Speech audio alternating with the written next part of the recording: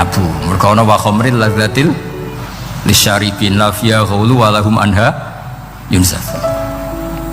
Jadi orang-orang baik itu ukurannya itu, makanya saya bilang mungkin kita tidak ikhlas secara hati karena hati kita ya taqallab molak malik, tapi kita harus ikhlas secara ilmu, ya, ikhlas secara apa?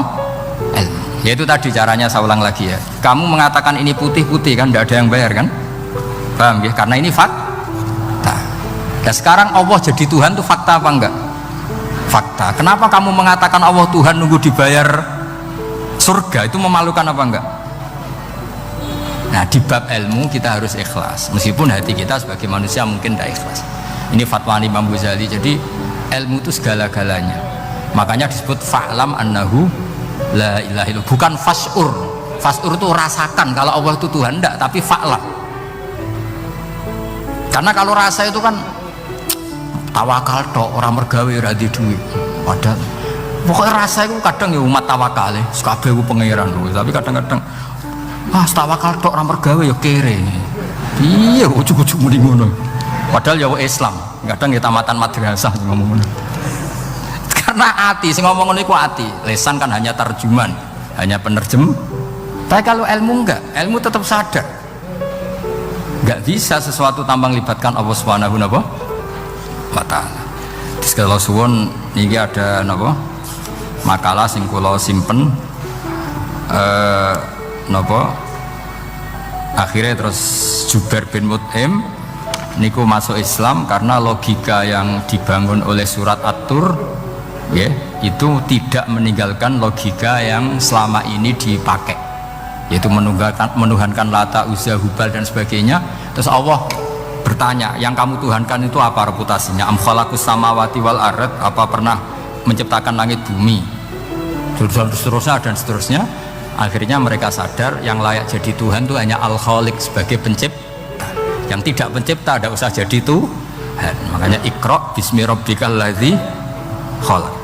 Ya sama ya, Yuhanna su'budu rabbakum. Rabbakum siapa? Alladzi khalaqakum. Jadi syarat pertama jadi Tuhan itu satu, harus berstatus Al-Khaliq sebagai pencipta. Padahal kalau sebagai pencipta pasti selainnya itu nggak mungkin berstatus pencipta. Apalagi pencipta langit bumi, semuanya lahir di bumi.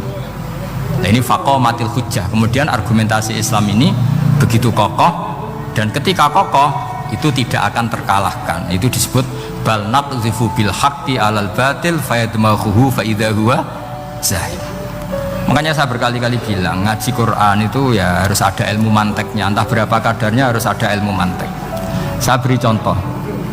Di Quran itu ada ayat, ya ada ayat yang bunyinya begini. Kebatilan, ya apa? Kebatilan itu diistilahkan Quran itu wama yubdiul batil wama yu'id. Saya ulang lagi, wama yubdiul batil wama yu'id. Saya tasrif, abda'a yubdi'u, memulai. Wama yubdi'u lan ora iso memulai apa al batilu barang batil. Wama yu'id lan ora iso kembali. Kebatilan itu tidak bisa memulai dirinya sendiri karena tidak pernah wujud. Kebatilan itu sesuatu yang nggak pernah punya eksistensi, sehingga memulai dirinya aja tidak bisa. Misalnya begini, peci ini hitam, pernah nggak dibenarkan orang yang mengatakan ini putih? Nggak pernah kan? Pernah nggak terjadi 2 ditambah 2 itu 100? Nggak pernah kan? Sama uluhiyatul asnam, saya ulang lagi, uluhiyatul asnam itu adalah amrun sing la yubdi wala wujuda lidzati. Apa status ketuhanannya Fir'aun misalnya, status ketuhanannya Namrud itu pernah terjadi apa enggak? Enggak pernah kan? Nah, makanya Quran istilahkan kebatilan itu memulai dirinya saja enggak bisa. Bagaimana bisa nandingi barang hak? Memulai dirinya aja enggak mungkin. Karena memang enggak pernah ada la wujuda lahu aslam, hakikatnya enggak pernah wujud. Sekarang saya tanya, uluhiyatul asnam, uluhiyatul lat, uluhiyatul uzza, uluhiyatul hubal, uluhiyatul fir'aun, uluhiyatul namrud, semuanya pernah ada enggak? Enggak ada kan? Makanya qul ja'al haqqu wa ma yubdi'ul batilu wa ma yu'id. Barang hak itu nyata, dan barang batil itu memulai dirinya saja enggak? Ya enggak mungkin kan? Pernah enggak Fir'aun jadi Tuhan terus dibatalkan Musa? Dari awal ya memang Tuhan. Cuma dia agak ngerti kalau tidak Tuhan itu saja kan. Tapi dari awal Fir'aun kan nggak pernah Tuhan. Makanya sekali kul ja'al hakum mesti wazahakol batil, karena batil ini la wujuda lidzatih, batil ini tidak pernah wujud. Lah logika gini harus dibaca dengan mantek. Caranya gimana? Kita harus belajar ilmu logika. Ilmu logika itu begini, kata Fathul Bari, hadhil makhlukot, ini kan langit bumi kadung mewujud. Kamu bilang bumi ini ada, ya di mana-mana barang ada itu penyebabnya ya sesuatu yang ada. Makanya ilmu tauhid ngajari kita, pertama sifatnya Allah kita sebut wujud, karena hadil maujudat mesti khalaqohal maujud. Masa hadil maujudat khalaqohal adam? Makanya kata kita Fathul Bari itu, kenapa Quran itu tidak menang kritik orang ateis? Yang dikritik itu kesalahan Yahudi, kesalahan Nasrani, tidak pernah kritik orang ateis. Kata Imam Fathul Bari, idlamu qawamata, itu tidak imbang, terlalu gak masuk akal, jadi gak dianggap pemain. Lah wong misalnya terus wong kok debat mbek wong ini, bumi ku wujud ora? Ya wujud, sing gawe gak wujud. Bumi ana ta ora ana, sing gawe ora ana. Kan ngajak goblok bareng. Maksudnya ku nak goblok ya dikira-kira lah, maksudnya ku nak lumayan kan, misalnya zaman kita mungkin wong Jawa kuno, bumi ku wujud, sing gawe apa? Bae. Kan lumayan, pokoknya sing penting ku ana sing gawe sel. Soal kok sing gawe rada keliru kok dibenerno lah, tapi ana sing gawe sen. Iki ora barang wujud penyebabnya itu tidak. Berarti adamun yakhluqu maujudan, barang ra ono tapi nyiptakno sing wong darani ra ono iku mesti ra duwe ngefek apa kok darani. Itu aneh kan? Sesuatu yang enggak ada menciptakan yang ada. Nah, beda dengan agama yang lain, meskipun menyebut Tuhan itu tiga atau menyebut Tuhan itu salah, tapi kan menyebut wujud. Lah iku ana lumayane karek beneri sithik lah. Lah Islam lagi datang wujud sing pencipta jenenge Allah Subhanahu wa taala. Akhirnya sing darani liyane kon ikut darani ku Allah taala. Nah, artinya gini, ateis itu tidak rival karena terlalu lah, mosok akal sehat dijak goblok bareng. Ya aku mau hadil maujud khalaqahul adam, ini wujud tapi penciptanya nggak ada. Lah nyiptakno apa ya ora ono. Berarti apa? Al adamu yakhluqu maujudan, barang ra ono menciptakan yang tidak ada. Padahal khasnya nggak ada itu apa? La yu'athir wa la yakhluq. Jenenge barang nggak ada pasti tidak bisa menciptakan. Jadi ben sampean ngerti ya, jadi supaya lah itu yang dimaksud amkhuliku min ghairi syai'in. Jadi saya ulang lagi ya, dalam ilmu kalam syai' itu wa indana syai'u huwal maujudu wa sabitun fil kharijil maujudu. Yang dikatakan syai' itu sesuatu yang wujud. Jadi kalau hadil maujudat, alam ini ada, pasti penciptanya sesuatu yang ada. Nah, karena pencipta itu ada dan dia pencipta, mau tidak mau harus bersifat qadim. Masa yang menciptakan wujudnya dulu yang diciptakan, maka harus berstatus apa? Qadim.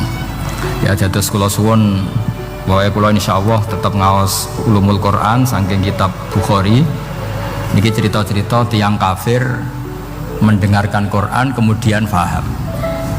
Makanya dalam muqaddimah Majmu' yang dikarang sarah-sarah sekarang itu ada 6 doktor dari Al-Azhar ngarang kitab Sarah Majmu'. Karena dulu dikarang Imam Nawawi tapi hanya sampai bab riba. Terus diteruskan oleh 6 doktor dari Al-Azhar. Di antaranya ada penjelasan begini. Islam itu datang dengan hujjah. Wa hadhihi la yukawwinuha as-sayf wa innama tukawwinuha al-hujjatu wal barohin. Islam itu datang dengan argumentasi dan itu tidak bisa dipaksakan pakai pedang tapi pakai logika. Ya kayak tadi yang saya contohkan, semua nabi pasti ngendikan qad ja'atkum bayyinatum mir rabbikum. Bayyinah itu logika yang ketok welo-welo. Di antaranya tadi yang dibangun Rasulullah ketika ngadepi Jubair bin Mut'im, ngadepi Sayyidina Umar, ngadepi Khalid bin Walid dan banyak. Akhirnya aslamu khina sami'ul Quran, mereka Islam ketika mendengarkan Quran, karena tadi Quran ini datang dengan argumentasi yang tidak terbantahkan. Makanya di sini disebut di kitab ini, saya bacakan kitab Ijazul Quran karangannya Abu Bakar Al-Baqilani. halaman 13. Kan di Quran ada ayat begini ya, fa'a'radu aktsaruhum ya. Kemudian ketika Quran turun itu banyak yang berpaling dari Quran dan itu disalahkan Allah. Berpaling dari Quran itu disalahkan Allah. Kata Abu Bakar Al-Baqilani, ini ilmu usul fikih, walau la annahu hujjatun lam yadurrohum al-i'radu anhu walai saliko ilin ayyaku lakot yakunu hujjatan wa yahtaju fi kauni hujjatan ila dalalatin ukhra kama anna rasul hujjah walakinau yahtaju ila dalalatin atau ala dalalat ila dilalatin ala sidqi. Maksudnya begini, Quran itu datang, Quran datang ini sebagai argumentasi yang mengajak orang menuju Allah Ta'ala. Terus kemudian Allah menyalahkan yang tidak peduli atau yang mengabaikan, sampai disalahkan karena yang datang itu penting. Andai kan yang datang itu tidak penting, orang yang nggak peduli juga nggak apa-apa. Ini cara berpikir Abu Bakar Al-Baqilani. Saya ulang lagi ya, kamu disalahkan mengabaikan sesuatu itu kalau sesuatunya penting apa tidak penting? Penting kan? Sampai orang disalahkan mengabaikan sesuatu itu kalau sesuatunya penting apa tidak penting? Penting. Orang kafir itu disalahkan karena mengabaikan Quran, padahal Quran itu super penting. Sehingga kalau orang kafir dengan Quran itu pasti iman, asal mau dengar. Nah, ketika mukjizatnya Quran ini muncul dan bisa mengalahkan semua argumentasi orang-orang kafir, pilihannya orang kafir hanya satu, ojo sampai uang itu kurungu Quran, engkau mesti iman.